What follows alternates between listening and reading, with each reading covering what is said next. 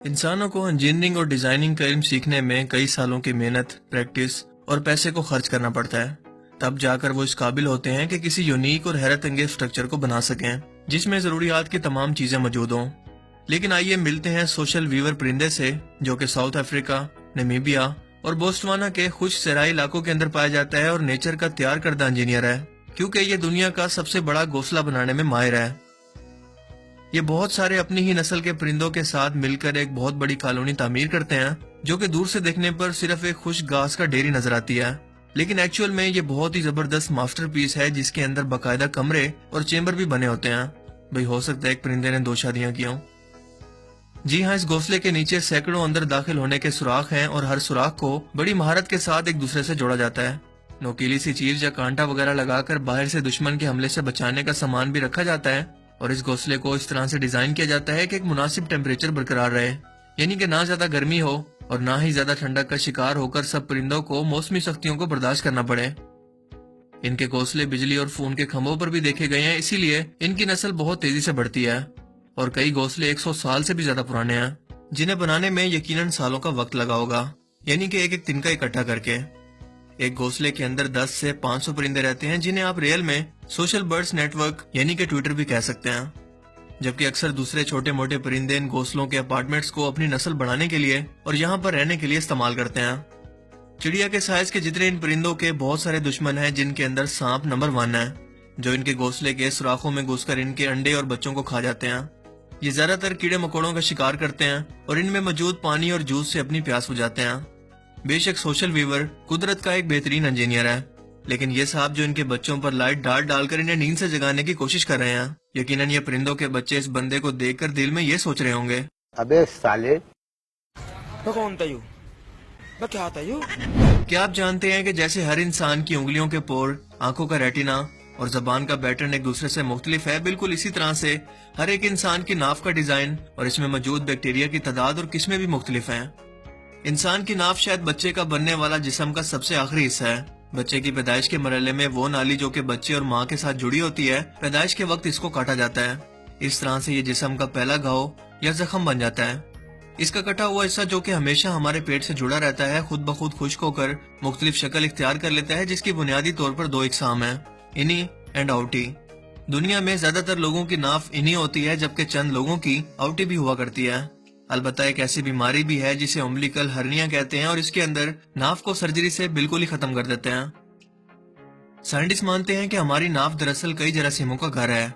2011 में north Carolina USA के अंदर एक तजर्बा किया गया, जिसमें 60 लोगों की नाफ का सैंपल लेकर जब टेस्ट किया गया तो हैरत अंगेज तौर पर माहिरीन ने 2386 बैक्टीरिया की किस्में दरियाफ्त की, जिनमें से 1458 साइंस के लिए बिल्कुल नई थी, यानी कि ऐसे जरासीम जिनके बारे में हम आज से पहले वाकिफ ही नहीं थे। हम में से शायद कोई गिने चुने ही लोग होंगे जिनको एक्चुअल के अंदर अपनी जॉब पसंद होगी या वो इसे शौक से करते होंगे, लेकिन जब बात करें दुनिया की मुश्किल तरीन जॉब्स की तो यकीनन इनको सुनने के बाद आपको अपनी जॉब से प्यार हो जाएगा। मिसाल के तौर पर डॉग फूड, यानी कि कुत्तों को दिए जाने वाला कस्टम मेड खाना, जिनका फ्लेवर चेक करने के लिए स्पेशली लोगों को सैलरी पर रखा जाता है, क्योंकि बड़े पैमाने पर प्रोडक्शन से पहले इस फूड प्रोडक्ट का परफेक्ट होना जरूरी है। मैं तो इस बात पर हैरान हूँ कि जो यहाँ पर जॉब करते होंगे वो अपने रिश्ते वालों को क्या बताते होंगे, उसके घर वाले क्या बताते होंगे कि मेरा बेटा क्या जॉब करता है। टीवी टावर जो कि ट्रांसमिशन के लिए जानबूझकर ऊंचाई पर लगाए जाते हैं, तकरीबन 600 से 800 मीटर ऊंचाई पर इन्हें मेंटेन रखना या मुरम्मत करना दुनिया की सबसे मुश्किल तरीन जॉब्स में से एक है, खास तौर पर जब आपको ऊंचाई से डर लगता हो। इसके अलावा ब्राजील में मौजूद क्राइस्ट स्टैचू जो कि 30 मीटर ऊंचाई पर मौजूद है, इसे मेंटेन रखना खास तौर पर जब आपको ऊंचाई से डर लगता हो इंतहाई मुश्किल जॉब है, लेकिन फिर भी कुछ लोग इसे जॉब समझकर करते हैं, ना कि शौक से। लेकिन अगर इस जॉब ने भी आपको ज्यादा इम्प्रेस नहीं किया तो स्पेन में होने वाली काउबॉय राइडिंग के बारे में आपका क्या ख्याल है, जहां पर आपको एक गुस्से वाले और ताकतवर भैंसे पर सिर्फ 8 सेकंड गुजारना होते हैं। एंड ट्रस्ट में ये 8 सेकंड दुनिया का सबसे मुश्किल तरीन गुजरने वाला टाइम होता है, और इसीलिए तो इस स्पोर्ट्स को दुनिया का सबसे मुश्किल तरीन स्पोर्ट्स भी कहा जाता है। पहली नजर में देखने पर यह बिल्डिंग का डिजाइन शायद आपको कोई साइंस फिक्शन फिल्म का कोई सीन मालूम हो रहा होगा, जो कि एक नामुमकिन सा डिजाइन लगता है जिसे हकीकत में तैयार करना मुमकिन नहीं, लेकिन एक्चुअल के अंदर ये एक रियल फुटेज है। जो कि सिंगापुर में मौजूद 1000 यूनिट के अपार्टमेंट बिल्डिंग कॉम्प्लेक्स की है, जो दिखने में तो ऐसा लगता है कि जैसे किसी ने बेतरतीब ब्लॉक्स को बेध्यानी में ऊपर नीचे गलती से रख दिया हो, जिसे ओमा एंड ओली स्कीन ग्रुप ने डिजाइन किया है। और इसे देखकर ऐसा लगता है कि जैसे 31 ईंटें एक दूसरे के ऊपर बेतरतीबी तौर पर खड़ी हैं, जिन्हें सिंगापुर में बढ़ती हुई रिहाइश की कमी को पूरा करने के लिए मद्देनजर रखते हुए खुद से कस्टम तौर पर डिजाइन किया गया है ना कमाल की इंजीनियरिंग। दुनिया का सबसे गहरा स्विमिंग पूल पोलैंड के अंदर बनाया गया है, जो कि 150 फीट गहरा है और आम स्विमिंग पूल से साइज के अंदर तकरीबन 20 गुना बड़ा है, जिसमें अगर कोई मूत्र विसर्जन कर दे तो शायद पानी को चेंज करने में कई साल लग जाएंगे। इसे समुद्री गोताखोरों को ट्रेन करने के लिए तैयार किया गया है, जहां पर पुरानी तहजीब के आर्टिफैक्ट्स, एक छोटे से समुद्री जहाज का ढांचा, पानी में गार और माया तहजीब के बाद आसार भी कायम किया गया है, जिन्हें ये गोताखोर खुद से तलाश करके प्रैक्टिस करते हैं। इस पुल पर तकरीबन $1 करोड़ यानी कि 1.5 अरब रुपए की लागत आई है। इसकी साख्त एक गहरे नीले गड्ढे जैसी है, जिसका आखिरी और गहरा तरीन सिरा इसके आखिर में मौजूद है, जहां पर ये गोताखोर बड़ी आसानी से एडवेंचर की तरह घूम सकते हैं। लेकिन समंदर में इतने गहरे पानी में शार्क मौजूद होती हैं, जो कि बिना इन्विटेशन के कभी भी इंसानों पर हमला कर सकती हैं।